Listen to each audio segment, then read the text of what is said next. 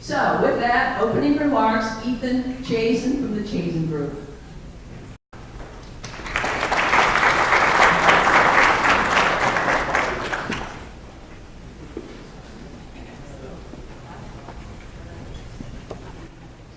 Good morning. First off, can everybody hear me? Sound check. Sound check. Can everybody hear me? Yes. Okay, more coffee, table 13. We're good? This is not going to work. Let's start over again. Good morning, everybody. Good morning. Holler. It's so glad to be here. 49 miles, 3 hours, bumper-to-bumper traffic, cross state lines, 4 accidents. Boy, am I glad to see you this morning. Thank you very much. We're glad you made it. Let's wait a little bit and determine if that's the case. So thank you so much, Sandy and the rest of her team, for inviting me out here today. The program is about going into new communities, offering new programs. The overarching, I guess, theme to all of your challenges is how do you navigate this idea of successful change and transition? I'm going to start things off with a conversation around leadership and transformational leadership in particular. I promise I won't stand in front of the screen. I'm going to move around. But if anybody needs to have the PowerPoints, let me know or let Sandy know, and we'll be happy to send them to you. But I'm very honored to be here today. So thank you again, Sandy, for inviting me out to talk to everybody. Is everybody still okay? Yes. Okay, so without further ado, I'm going to jump right into what it means to lead in your town, in your municipality, in your county. Leadership is different than what a lot of people think it is. A lot of people mistakenly assume that being creative and innovative, offering new programs, motivating your people, that's management. Management not only is not the same as leadership, management is going to get your town, your community backwards. You want to try a fundamental new way to go out and target new communities, reach out to new residents, find new vendors, partners, suppliers, and offer new programs. So right off the bat, in your areas, you have people who report to you, yes? Yes. Thank you. Thank you very much. Guess what? The world has changed. You may have heard of this creature, this alien life form. We call them millennials. They're motivated differently than we were. We, I mean Gen Xers, Boomers, Matures. You know who you are. They have a fundamentally different set of expectations about how you're going to lead them. It ain't about the money, despite what people think. And obviously, sometimes you can't pay, for example, your mechanics enough. 15 an hour, we're 35. Okay, we get that. But here's what they need. They need to be coached, mentored, encouraged, motivated, rewarded, recognized. Not only do they want you to ask their ideas on things, they want you to implement their ideas. There may be more than one person in this audience who has a thought right now, and I'm calling you out. You know who you are, and you know what the thought is. Who cares what they want? They haven't been working forever. They should just maybe shut up, get in before the boss, stay after the boss leaves, work for about 5 years, commit to us, and then maybe they'll have an opinion. Yeah, that's about right. Wrong. There's this whole new mindset that needs to happen in every town, throughout the state, throughout the country, quite frankly. You guys know that there's a significant talent loss in New Jersey, correct? You don't need to tell us. Guess what? Every single year, 40,000 high school seniors in the state of New Jersey fly out to go to college in other states.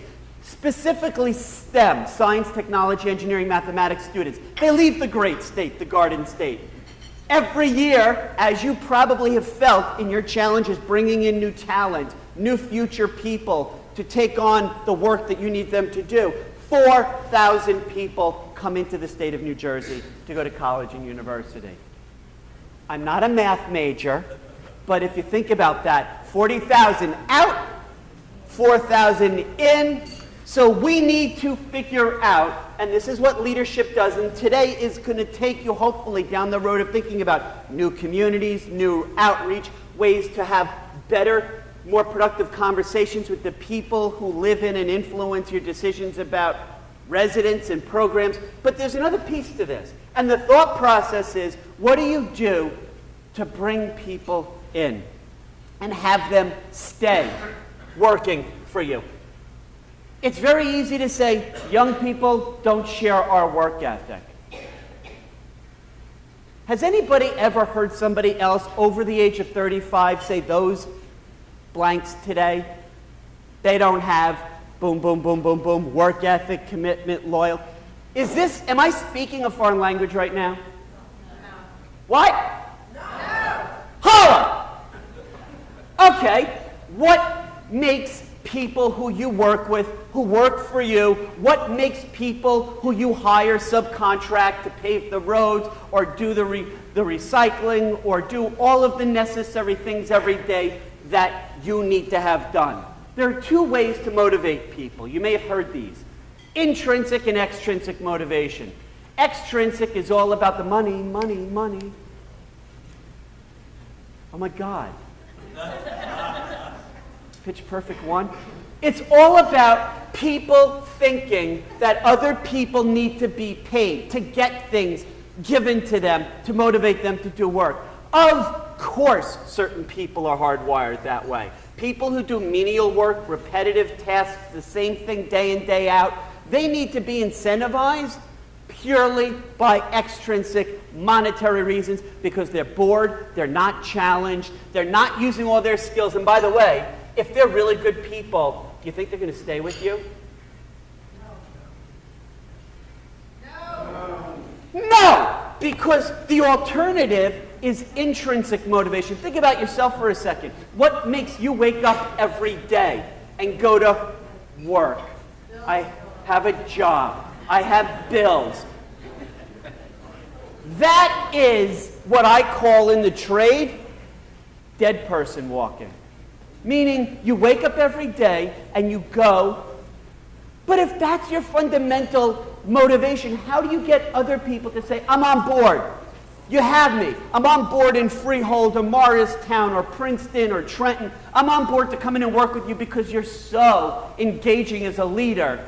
No. Intrinsic motivation is figuring out in yourself to build a future culture for people who you want to come and work for you. You need an entire new way to reward, recognize, motivate them. Intrinsic motivation is finding people who inside of them have all the skills, personality, characteristics that you would need from them to do certain things that maybe you're not capable financially to pay them.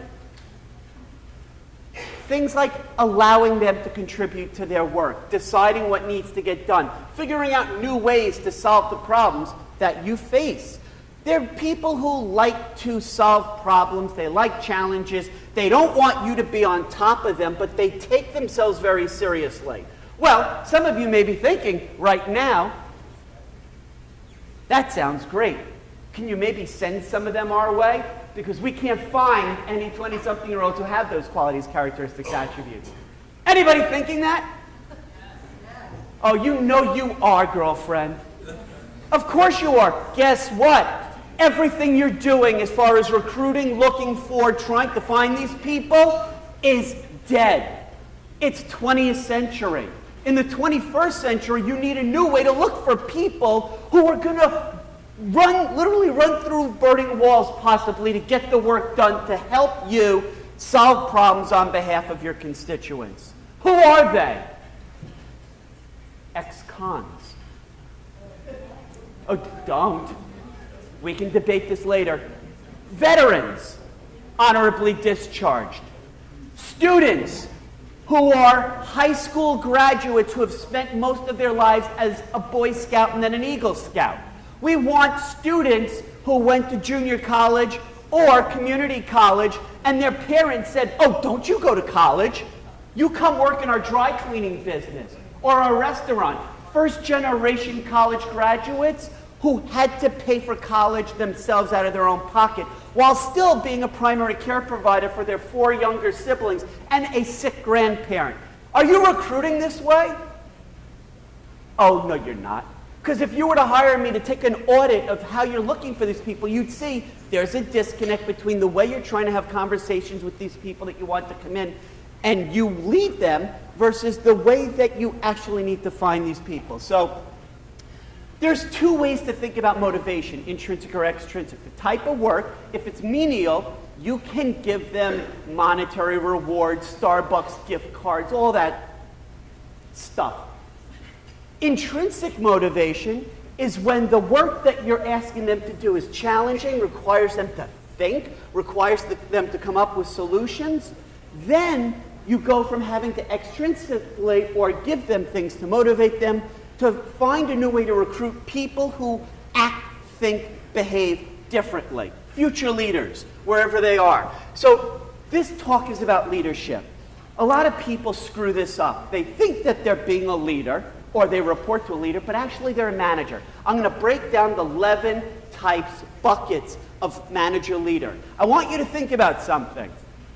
As I go through this really, really quick general overview, as I speak truth to one of them that you may identify yourself, think about what it's like to work with you. Then think about other people I may describe, somebody who you report to, a councilman, a mayor, an administrator. Think about the different classifications. So here we go. Is everybody ready? Yes. Okay, understand these are grossly oversimplistic generalizations, but they should give you a really good idea of where you fit in the buckets and the kind of people that you work well and don't work well with. The autocrat. I don't care what you think. I don't care how many years you've been here. It's my way or the highway. I need you just to get it done. I really didn't ask you for your opinion.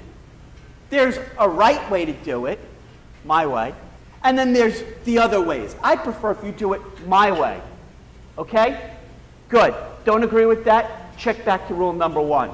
Does anybody know an autocrat? Certainly not anybody here, but does anybody work with them, report to them? Speak truth to power. Fight the power. Then there's the bureaucrat. Oh, don't laugh now. The caffeine's just kicking in. Okay. Get ready. Get ready. This ain't funny. My name is Mike D, and I'm about to get one. Okay. I'm going to go over here. There's just way too much silliness going on. Has anybody ever heard of the bureaucrat? I don't know. We have to fill this out in 3 forms. This is the way we do it. We've never done it like that. The annual budget has to be submitted then. We have a line item for sewage treatment. We can't do it this way. We've always had to entertain 4 vendors with an RFP process. This is the way. This is the rule. We can't deviate. Is anybody like this or know somebody who cannot get out of her or his little constraining area of thought because, guess what? The rules are our friends. I'm going to keep going. Some of you are going, I don't know. Charismatic leaders are like cult leaders. People are drawn to her or him.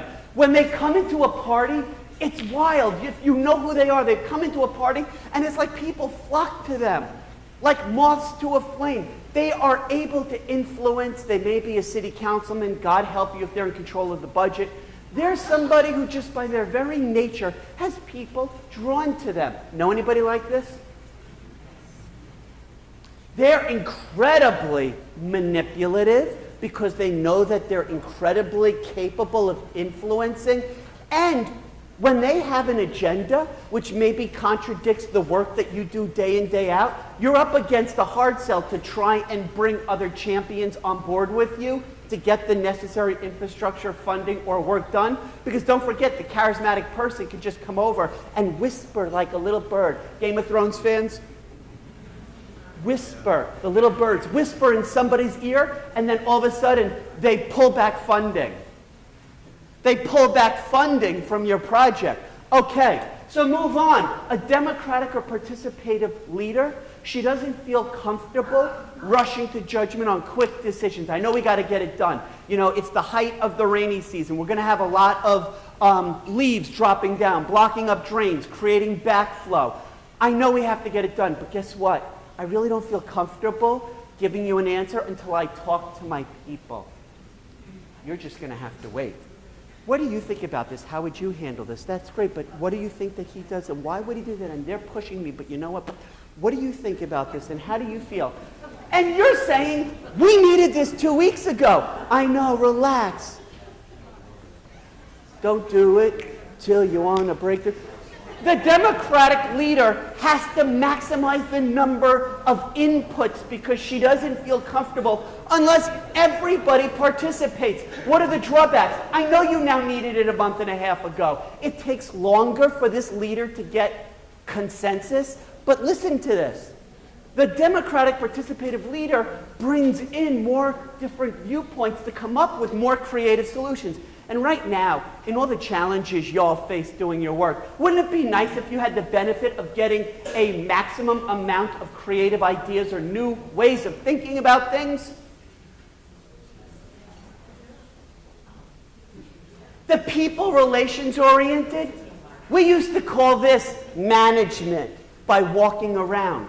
She or he is the kind of person who, if you put her, nobody puts Babe in a corner, if you put her in a back room and make her do data entry or repetitive tasks, she's going to do this annoying thing of coming out of her cubicle or her corner office and talk to people. Go back, leave me alone, you're micromanaging. No, I just, as a people-oriented person, need to be around people. How does that help you in your day in, day out tasks? When you identify these relations-oriented individuals, it takes a concerted effort if you have a budget item or if you have a one-time discretionary funding issue. You don't send an email or leave a voicemail or go through her or his intermediaries.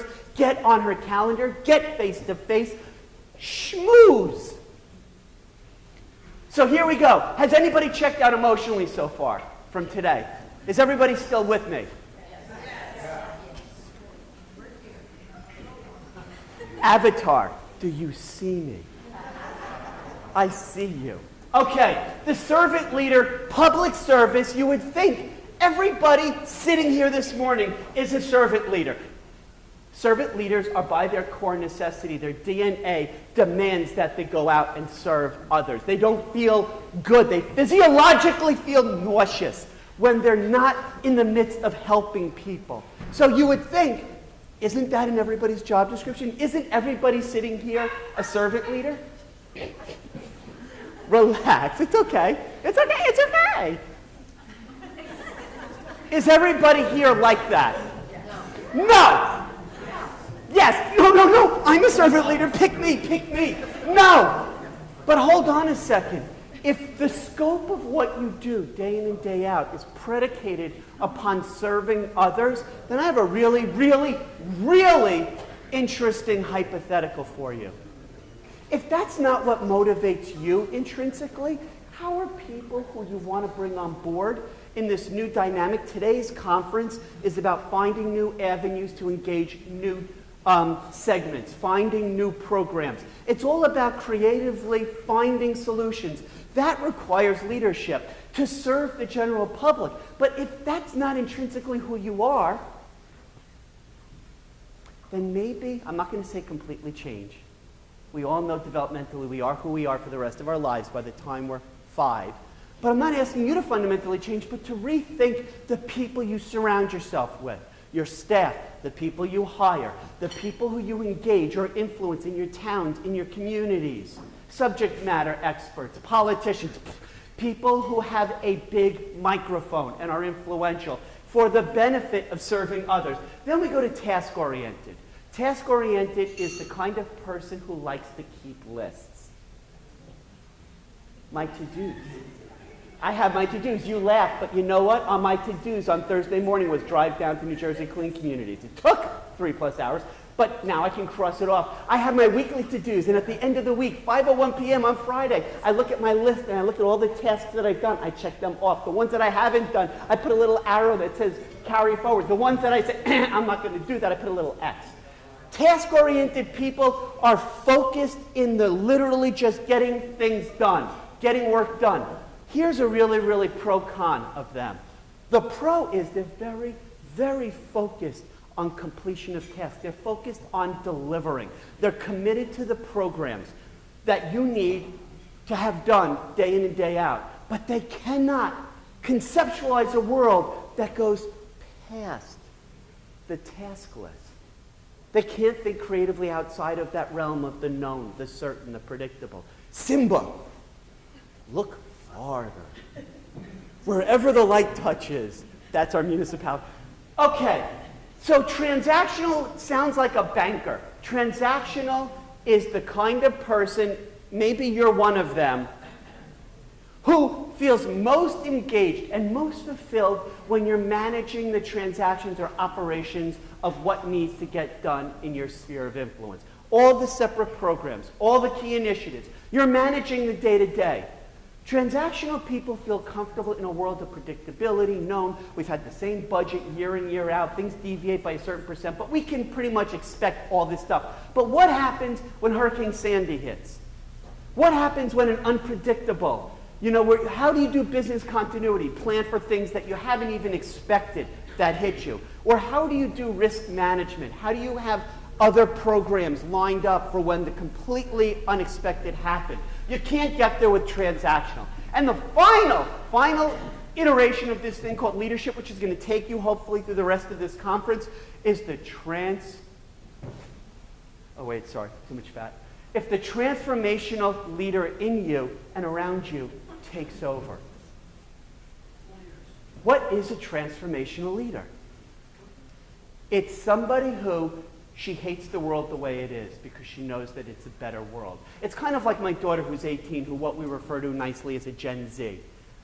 She comes home from school at Cornell and says, Dad, thanks to your generation for ruining the world, poisoning the planet, and giving us 12 years left if we don't change the carbon footprint, to have 3 degrees Fahrenheit increase, and now there's going to be a tsunami that overflows New York, where we moved to in January from Hoboken. Thanks, Dad. No, seriously, transformational leaders see a brighter future. They see a brighter tomorrow. They don't like things the way they are. They're always asking the 2 most annoying questions an employee or a 3-year-old can ask you. Because I'm telling you, they always ask the most annoying... What is the most annoying question that a 3-year-old or a millennial who comes to work for you one summer can ask you? Why? Why? And here's what you tell them in the not-so-subtle things that you do to beat them down. Tell them to shut up, just do the work. Please tell me to stop, this really hurts. That's what they do to 3, 4, 5-year-olds. Just shut up, because I said so. Why is the sky blue? Well, the water droplets, they hit the rain, they hit the sun, and why? But that's where we evolve and develop nearly everything that makes us us by the time we're 5 years old, until society pushes that out of you. In your town, in your municipality, in your day in, day out work and what you do, how many times has somebody approached you and asked you a relatively harmless question of why, which makes you feel like they're questioning your entire existence, the way you do things, the way you've always done things? Why? It's such an interesting question, but you can't entertain why, because you have all this stuff that other people expect you to get done as a servant master, right? No time to have conversation. Shut up, be quiet, I needed to get it to her. You want me to ask you your advice, your input? No, this isn't a democracy. Here. But I said there's 2 really annoying questions transformational leaders love asking. So if the first one is why, and we've already talked about the critical imperative of revisiting that as a way for you to bring others into the tent, there's a second question, a second permutation of why. Anybody dare to guess? It's 2 words. Why not? I love it. That's the wrong answer, but I love it. I was actually thinking, what if? What if? But why not? Why not means do it.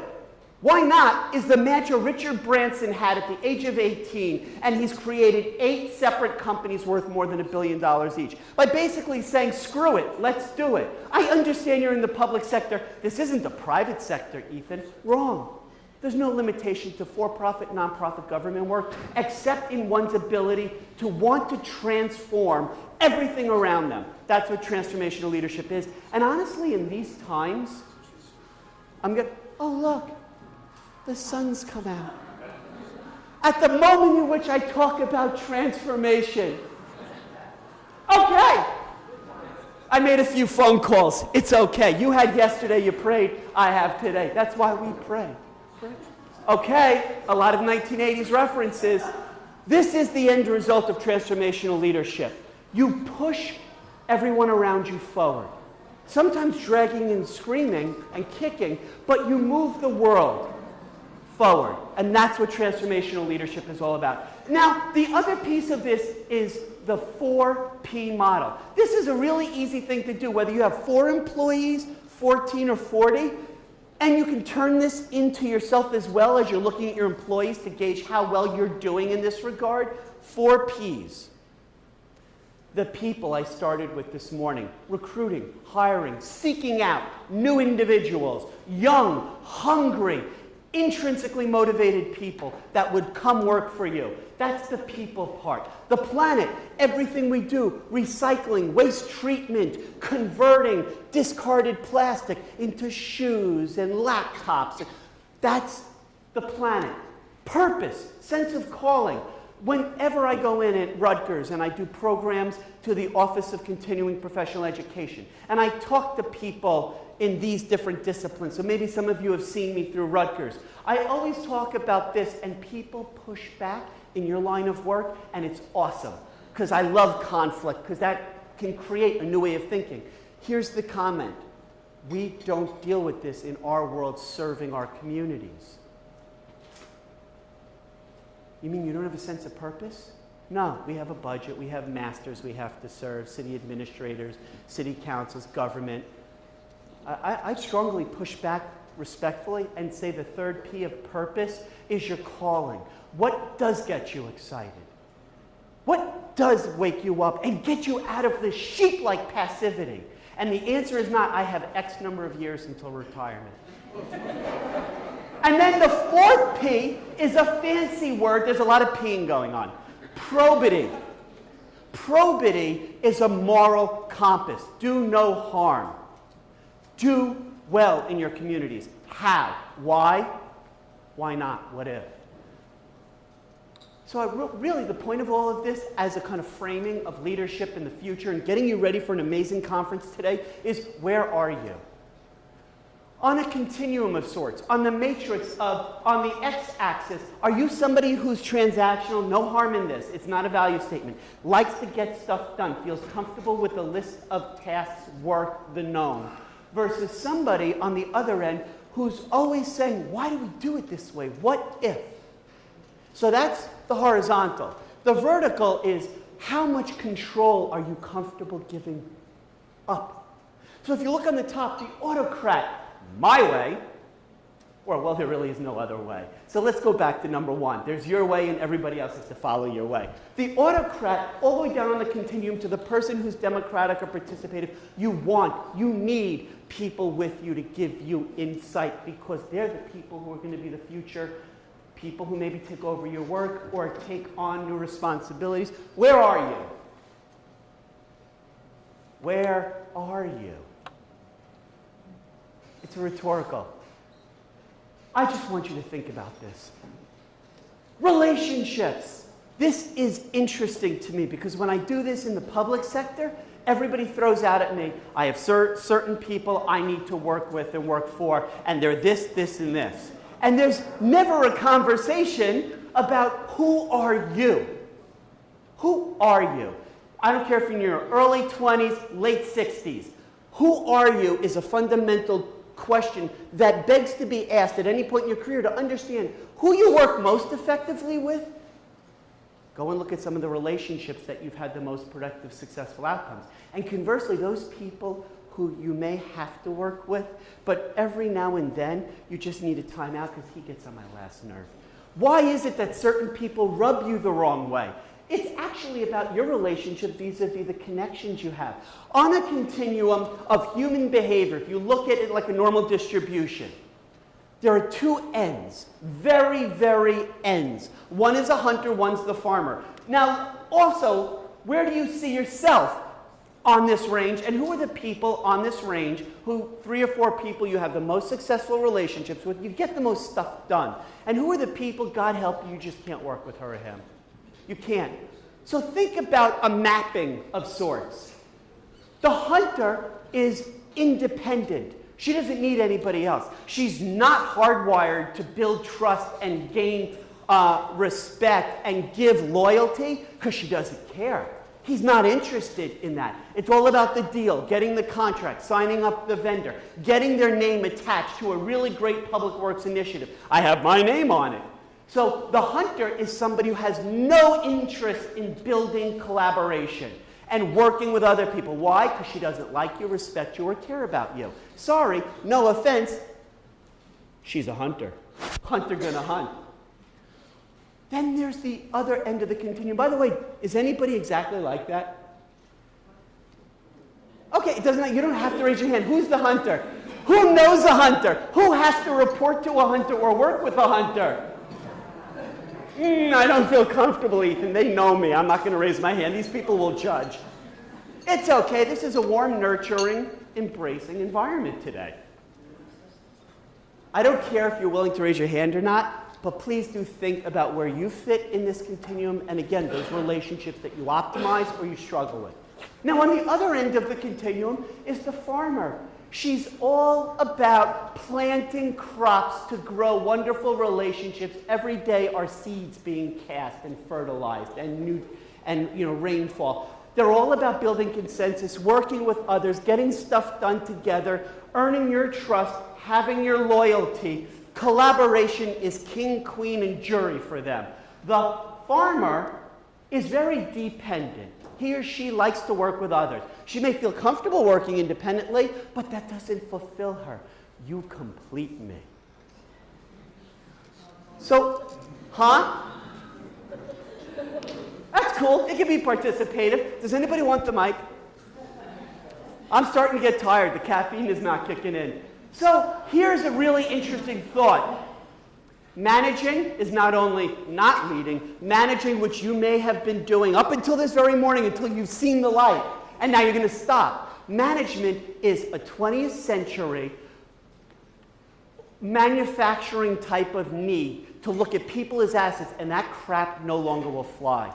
In the new world order of the 21st century contract workplace, where boomers and matures are leaving the workforce, retiring or being pushed out, tens of thousands of every day, millennials and younger millennials, Gen Y, Gen Z, are filling their place. They need a new construct, and that's called leadership.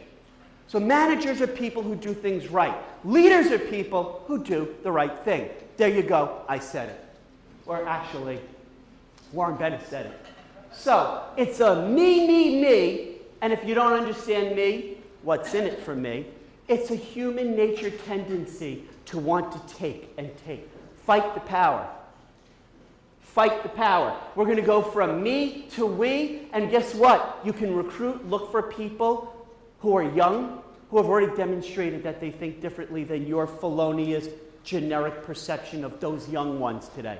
They've actually done public service. They've done community work, volunteer work, big brother, big sister. They've worked in homeless shelters. Are you looking for them? Maybe you rethink how you find these new future leaders. This is what I'm saying. How do you do this from today, as Sandy framed the conference being about finding a diverse way of reaching new populations, reaching new stakeholders, finding new programs, getting stakeholders on board with these new initiatives? How do you do it? This is how you do it. Thank you. Thank you very much. I'm here all week. Tip your waiter, try the veal. I'm not done. Sandy said I could have 4 hours. Give your people the tools, the resources, the attention, the coaching, the mentoring. Give your star people what they need. Get the heck out of the way. Be there when they need you.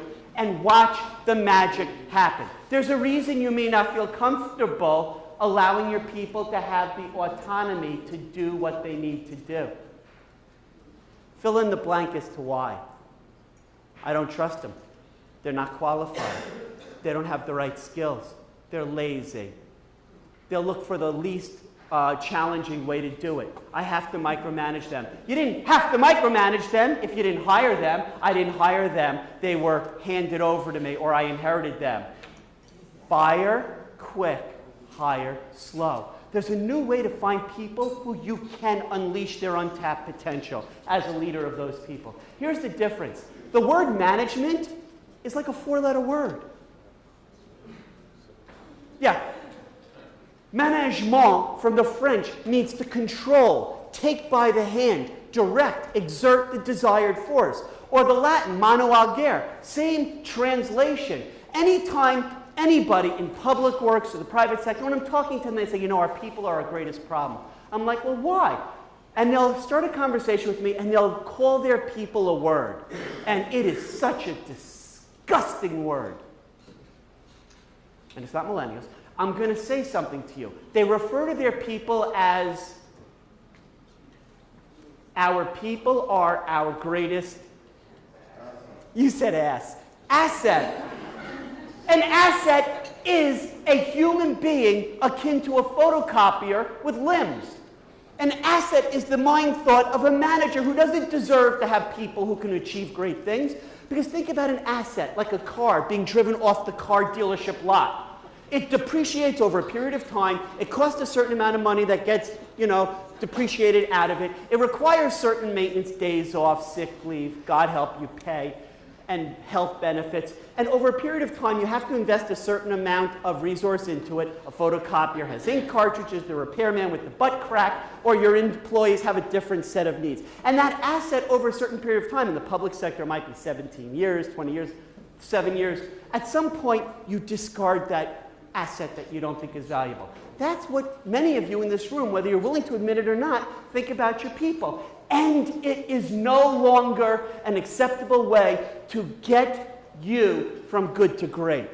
But if you want new programs, you want new initiatives, you want new ways to think about things, you want new people, new blood, fresh blood coming in, you want to reach out to stakeholders. Oh my God, look in this room. Look in this room. Is there true diversity in this room? Really?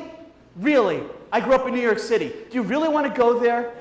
Look in this room. There ain't no diversity and inclusion in this room. How are you going to represent your communities effectively when the two fastest growing ethnic minorities in this country that are now becoming substantial are what two fastest growing ethnic groups?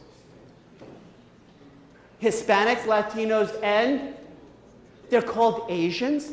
They are, in the 2020 census, you should know, the next time our government counts the country, 340 million people, you should know this in your towns and your communities. And if you don't, you're going to get blindsided. But the data for decades is showing this trend.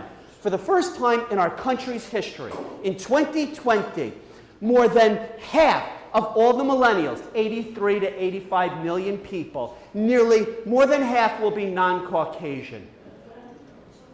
How are you going to adapt? You can't. You wouldn't be fit to. Eminem. A leader who's won, you, who knows the way, shows the way, goes the way. So refocus how you're spending attention on people. I'm sorry to be rude, but I want to honor the time commitment. You want great people? Recruit great people. Find different superhero characteristics. Wakanda forever. Go look at new characteristics. Find new millennial attributes, personality, behaviors that you could mold and nurture, like Demi Moore and Patrick Swayze in Ghost when they're on the wheel. Generational reference, you millennials, YouTube it. You have to have a vision. You can articulate your town, your municipality's vision. You should have a report that says our town name 2020. That's the old strategic document. You should have a forward one, our town 2050. Everybody has this, right? With your vision, your mission, your organizational, and also your town municipality core values, the kind of employees that do best in roles coming in and working for you. You all have this. Okay, so think about the attributes of the people you want. Build this into your profile of your ideal employee. Because honestly, it's enough already. Hiring these substandard young people who reflect your public workforce and interact with your residents. I've lived temporarily in Hoboken for 20 years. I've seen the worst of the worst. I've gone out and talked at over 70 towns. And it's enough. Start to think about a new world order of hiring people differently. In a world in which there's no such thing as nepotism, it's the mayor's son or the city councilman's niece or this person. I understand that's the construct or the confine in which you work, but find these people who have can-do attitudes. Yes, I can. When you interview them, stop asking them about the crap that they lied about on their resume. Ask them about a time where they failed and why was that meaningful to them.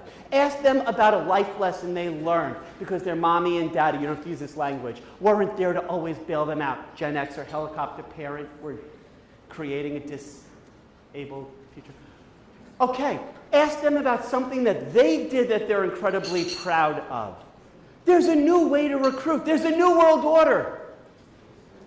It's about knowing where you're going to go after today. I hope, after I leave shortly, you spend the rest of today coming together, sharing best practices, ideas. Tell me about something that you've done in whatever a program or project. What worked? What didn't? Why? Exchange contact details if you don't know everybody intimately in this room. I saw a lot of people saying, hi, how are you? But check in with each other, formally, informally. There's this whole concept now called grit. It's actually trickling through public education. Has anybody ever heard of this phrase, grit? Okay, I'm getting a lot of blank stares. Did you know the traditional method of measuring somebody's intelligence was wrong? IQ. Intelligence quotient. Young people, smart people, right? Like my brother Danny, who went to Yale and then became a therapist. Genius, off the charts IQ, can't walk and chew gum. There's a new way of thinking about future people and who you want to bring in and who you no longer want. So you would encourage them out. It's called grit. Grit is a measure. It's a manifestation of how hard people work to overcome obstacles, especially in young people who come from disenfranchised or socioeconomically challenging backgrounds. They're the ones who could have, at many points, failed or given up or succumbed to societal pressure, and she didn't. He wouldn't. Find them. Ask different questions. Go to different recruiting sources. Find within yourself, channel your inner transformational leader to unleash people's untapped potential, including your own. Mutual symbiosis. Two organic living entities who derive significant benefit just from knowing each other. You have a 3,000-pound living tank of the Serengeti, water buffalo, and all these little annoying birds. Pick, pick, pick, pick, pick, pick, pick, pick. Think about it. Tank, buffalo, water buffalo, has all these annoying bugs. Can't get at it. Moo, moo. All of a sudden, little birdie comes, starts eating. Oh, it's like a Vegas or Atlantic City buffet, 24/7. Starts eating all those bugs. Mutual symbiosis. Bird gets fed, buffalo gets rid of it. Who's your buffalo?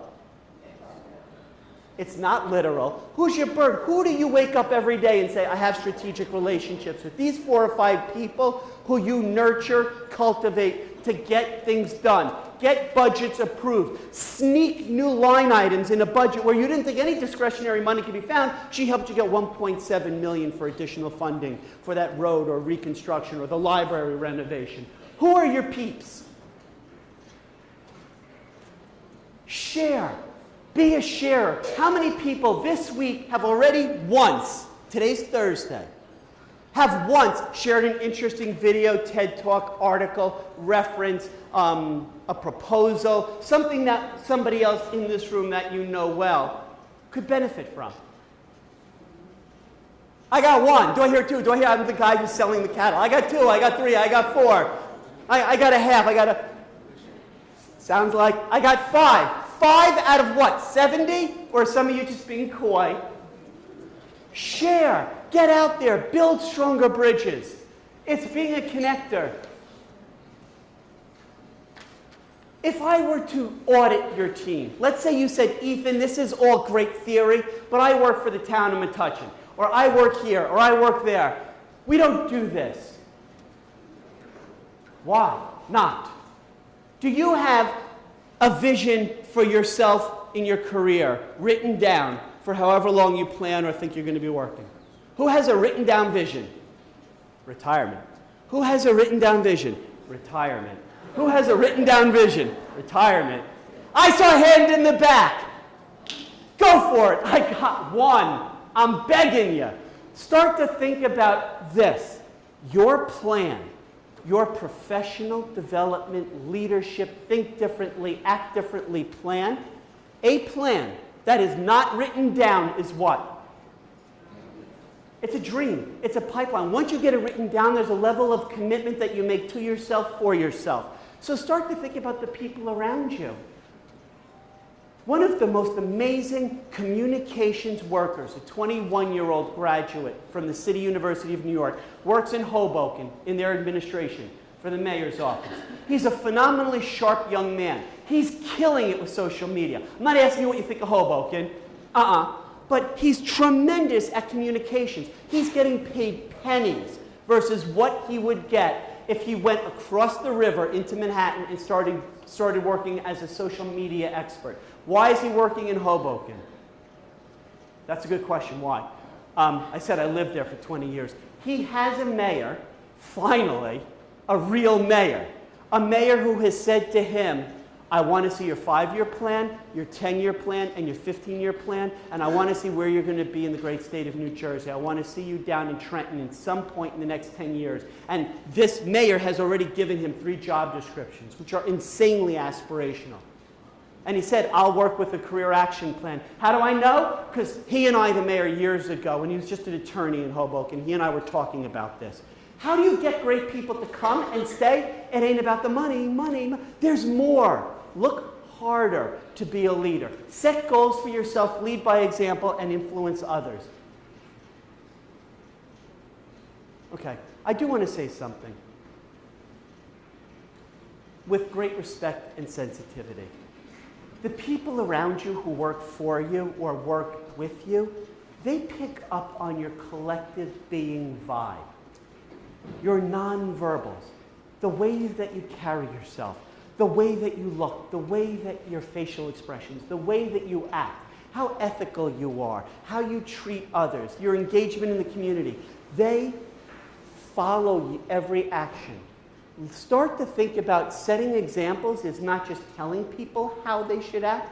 I'm talking about the young folk early on in their career. They're paying attention to you. Coach them up. Be a mentor. Want to convince them that they need to change as well as them watching you change. Has anybody, now that I've seen 4 accidents this morning, it's timely to revisit the notion of horrible New Jersey driving. Has anybody ever heard the phrase blind spots?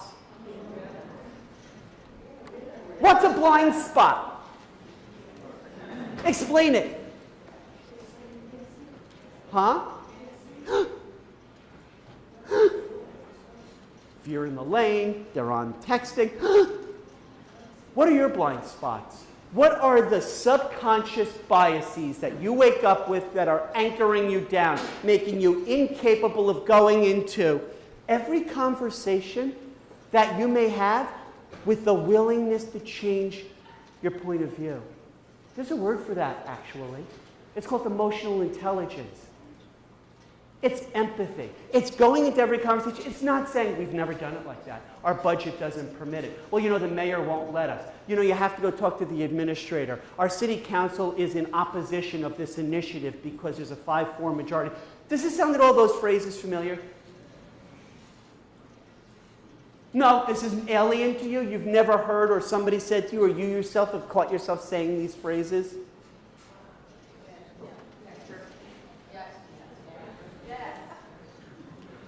There is a way around it. The question is, do you want to fight the good fight?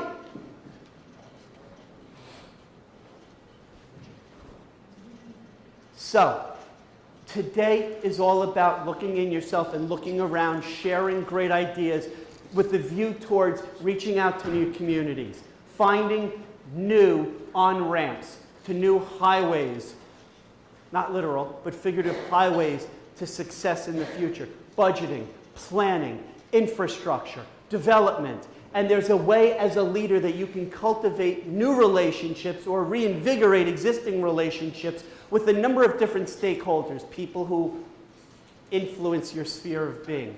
And it's fundamentally predicated on an idea.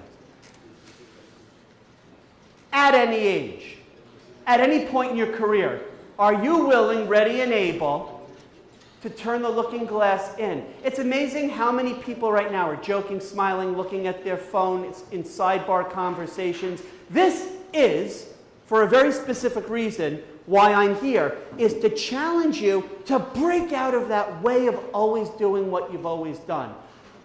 Really smart old scientist dead, he was famous for saying, insanity is the act of performing the same task over and over again and expecting a different. If you're always doing what you're always doing, are you going to have anything new done? You have a toolkit. And in your toolkit are tools. And I'm going to drop some Chinese proverb knowledge on you.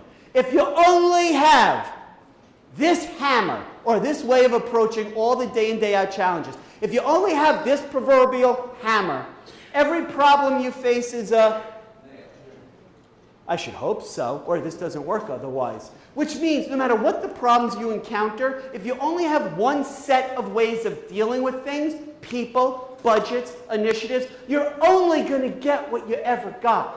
And what got you here to this point right now, May 23rd, 2019, at the Boathouse, what got you here, you all know, will not take you to the next level. It can't. It's impossible. The world is changing. Our nation, our society, our populace is changing way too quickly. To improve is to change. To be perfect is to realize we're not, and to change constantly. I told you about assets.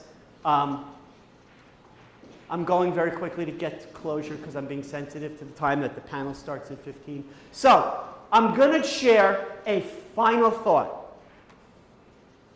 in about 2 seconds. But first, I wanted to just leave the floor open for any questions before I fly back out to Hoboken.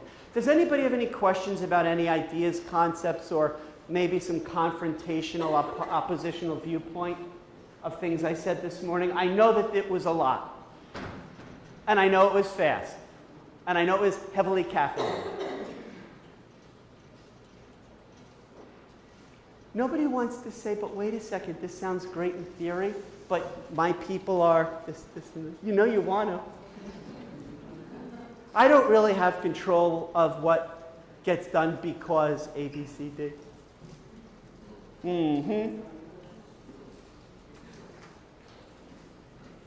There are levers.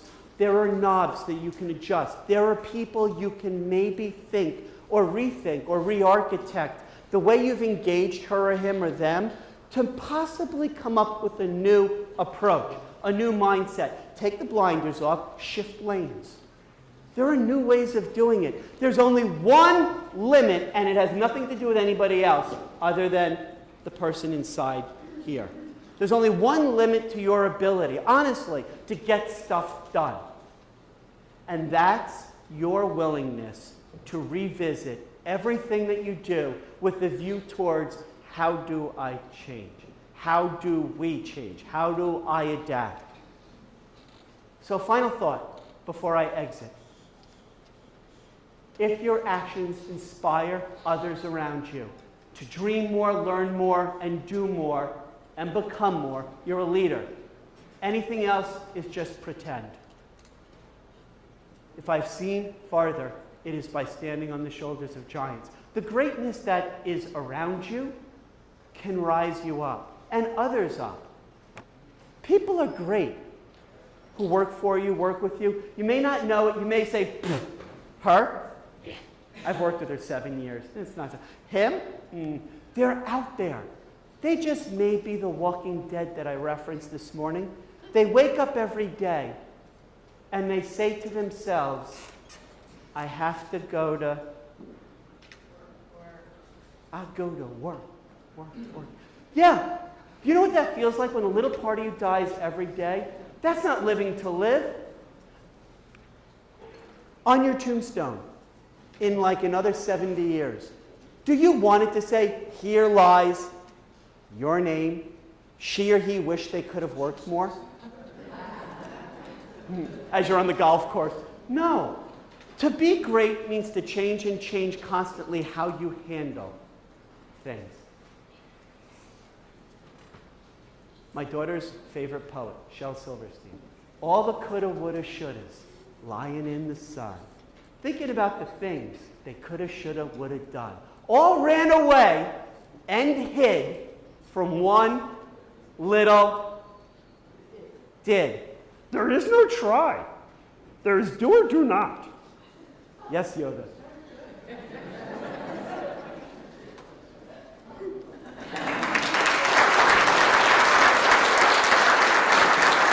Have a great rest of the program, everybody.